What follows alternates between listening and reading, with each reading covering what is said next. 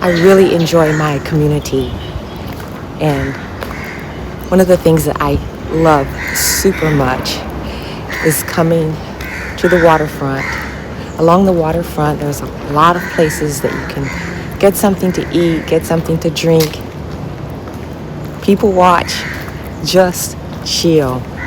It's also a very safe area. Safe as in there are sidewalks, there's no traffic, and it's well lit. And safe because, well, in Malaysia, everything feels safe. And while we're on the subject of safety, let me just unpack the question that I'm often asked, and that is, do I feel safe? And there's another layer to that.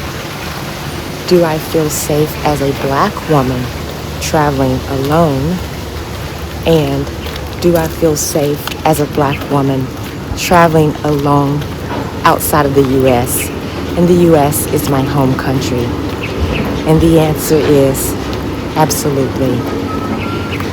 I've traveled alone before, many times, to several different countries. And honestly, I've never felt threatened, even though sometimes because of my lack of unfamiliarity with the country, its customs, just the culture of the neighborhood even. I haven't always been in the safest situation, and it's totally my fault just because I didn't know something.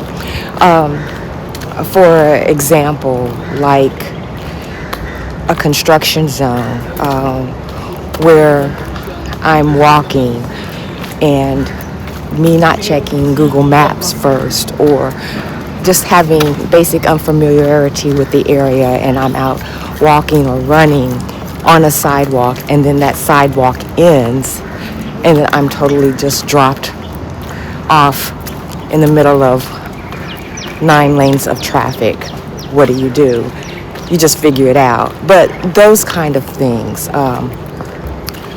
and they can be just random.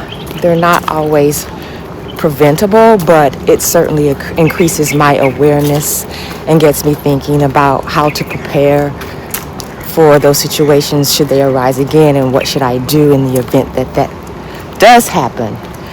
But they're so random that it's not a big concern. So again, the answer is yes. I feel totally safe traveling alone. I feel totally safe traveling alone abroad as a black woman.